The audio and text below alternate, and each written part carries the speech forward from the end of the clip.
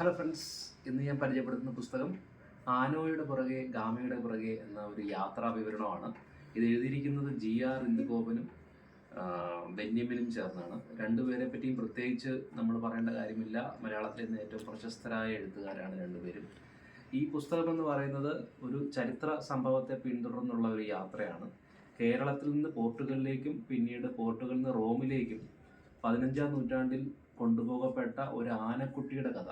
ഈ ആനക്കുട്ടിയെ മാർപ്പാപ്പയ്ക്ക് സമർപ്പിക്കാനായിട്ട് കേരളത്തിൽ നിന്ന് പോർട്ടുഗീസുകാർ കൊണ്ടുപോവുകയായിരുന്നു. റോമിലെത്തിയ ആനക്കുട്ടി പിന്നീട് അവരുടെ ചരിത്രത്തിൻ്റെ ഭാഗമാകുകയും അവരുടെ ശില്പങ്ങളിലും അവരുടെ പെയിൻറ്റിങ്ങുകളിലും മറ്റുമൊക്കെ ഈ ആനയെ ഉപയോഗിക്കുകയും ചെയ്തിട്ടുണ്ട്. അതുകൊണ്ട് തന്നെ ഇന്ന് ഒരുതരം അവരുടെ റോമിൻ്റെ ചരിത്രത്തിൻ്റെ ഭാഗമായി മാറിയ ആനക്കുട്ടിയെ അന്വേഷിച്ചുള്ള ഒരു യാത്രയായിരുന്നു ഇതിൽ നടത്തിയിരിക്കുന്നത്. ഇതിനെപ്പറ്റി GR ഇന്ദുഗോപൻ ഒരു പുസ്തകം എഴുതിയിട്ടുണ്ട്, ആനോ എന്ന് പറഞ്ഞ പുസ്തകം. അതും വളരെ മനോഹരമായൊരു പുസ്തകമാണ്. തീർച്ചയായിട്ടും ഈ ഒരു യാത്രാ വിവരണം വായിച്ചു നോക്കാം. അത് വളരെ സിമ്പിളായ ഭാഷയിൽ എഴുതപ്പെട്ടിരിക്കുന്നത്, ഒറ്റയിരിപ്പിന് വായിച്ചു തീർക്കാവുന്ന ഒരു പുസ്തകമാണ് ഇത്.